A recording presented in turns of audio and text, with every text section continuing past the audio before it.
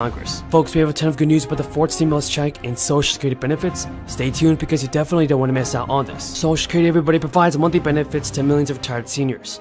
Some of those seniors depend on the program for the bulk of their income, and that's proven to be a problematic thing this year in particular. Although Social Security recipients get a generous 5.9% raise going into 2022, at this point the rate of inflation is far outpacing that boost. That means seniors who live mostly on Social Security are losing buying power even at a time when they're sitting on a higher raise. But that's not the only issue with depending heavily on Social Security. In future, Social Security may have to cut benefits to the tune of 20% due to revenue shortfall. That could leave many seniors in the lurch. In the coming years, Social Security expects to owe more in benefits than it collects in revenue, due largely to an anticipated mass exodus of baby boomers from the workforce. The good news is that Social Security has trust funds it can tap to keep up with scheduled benefits. But once those trust funds run out of money, benefits will be cut back on the table. Meanwhile, the Social Security trustees recently released a 2022 report, and it projects that the program's trust funds will run out of money in 2034.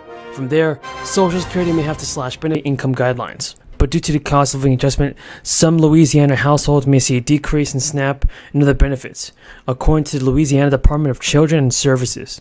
This has so far affected millions of people under the Family Independence Temporary Assistance Program and SNAP program as well. State officials have said that these benefits will decrease in January. The cost of living is already increasing every single day. But now, once again, food inflation is outpacing overall inflation. What this means, though, is that SNAP recipients in the state of New York will once again receive more than $100 in their monthly benefits. SNAP has been crucial for many people in New York, and households that are currently at or near the maximum benefit level, which is about $1,000 for a household of 4, will receive SSI payments of at least $100. Benefits will post between December 12th and December 31st. An estimated $234 million in federal funding will be infused into New York's economy as a result of additional benefits. Since January, the program has contributed more than $2 billion into the state's economy, playing a critical role in the state's economic recovery in the wake of the crisis. According to a recent federal survey, SNAP generates up to $1.54 in economic activity for every dollar invested in the program. So, as food prices affected the number of factors, including extreme weather and supply chain complications, it makes it more difficult for the U.S. government to use tactics like raising the rates to moderate food prices. A number of party and refrigerator staples continued to get more expensive last month.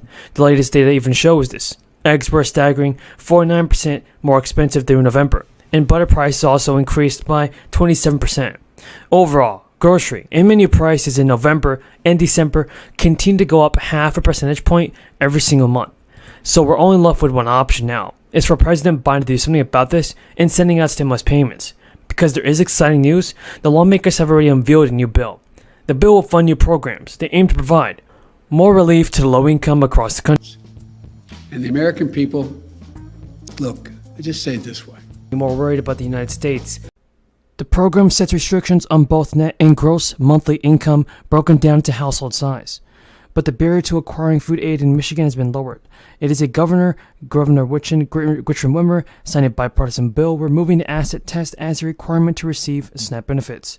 And according to the Michigan Executive Office of the Governor, the move will offer greater financial security to those who need it the most and ease the burden of receiving aid. Michigan is now one of the 37 states with similar laws, and the governor says people who had more than $15,000 worth of assets, including vehicles and savings, were disqualified for food. Officials say that 500,000 children in Michigan will benefit from the eliminated asset. And now in Maine, all recipients of the SNAP program will have their monthly benefits delivered to them by today. SNAP benefits are distributed to eligible residents from the 10th to the 14th of every month, with all beneficiaries scheduled to have their benefits by the month of July by Friday. Now, the next round of SNAP payments will also begin on August 10th. The state of Texas will complete issuing SNAP benefits worth up to $1,700 for a month of July this week. Texas has a long window for issuing payments, lasting through the first 10 days in a month. Even the amount received depends on one family size. A single household will receive $281, and an 8-member household will receive $1,700. But on a federal level, some House representatives want to expand the number of food stamp recipients subject to work requirements and time-limited food benefits by raising the age of people covered by the rules to 65. Members are writing the bill against the backdrop of extraordinary uncertainty in the economy and inflation, including the cost of food is so high that the Federal Reserve is willing to risk a recession to slow the prices down. Economic disruptions are caused by the crisis in the robust labor market is expected to weaken in the months ahead. The past week, Democrats of the Department of Education announced that it will begin discharging student loan debts for borrowers who've been in repayment for 20 to 25 years under a one-time payment. Around 800,000 borrowers will benefit from this, and there will be $39 billion dropped. Joe Biden said the previous announcement is a one-time adjustment and will become an even more important lifeline for struggling borrowers than repayments start in September. The one-time payment adjustment the Education Department had counts certain months that were previously ineligible towards students. Very well for both brands, and we think the expectations are overblown here to the downside. And your third pick, which we didn't mention yet, but VF Corp, which has Vans and North Face and Dickies, a lot of outdoor, but the Dickies part of that too, with the exposure to the workforce, right? Exciting news, the lawmakers are considering monthly stimulus checks, and these payments automatically deposited for millions of people. Democrats are pushing for new checks to be worth at least $300, and now the child tax credit, which was temporarily expanded through the American Rescue Plan, had the existing credit of $2,000 per dependent under age 17. It was increased to around $3,600 per dependent under 6 and $3,000 per child under 6 through 17. Half of the enhanced sum was made available through monthly payments starting last July, up to $300 per child under 6 and up to $250 per child under 18. Families could claim the remaining money when they filed their tax returns for the year, and Democrats had hoped to renew some more generous credits this year. But the key legislation they hope to pass through the Build Back Better bill has fallen apart, and Joe Manchin is the one to blame. He is opposed to renewing the payments without additional work requirements, and it's all on Joe Manchin now. Democrats and advocates are hoping to get one more go at renewing the enhanced child tax credit this year. Adam Rubin, a campaign director at an advocacy organization that promotes extending economic power to all Americans, told reporters, "I feel better about it than I have at any point in 2022. A number of signs are pointing to new momentum.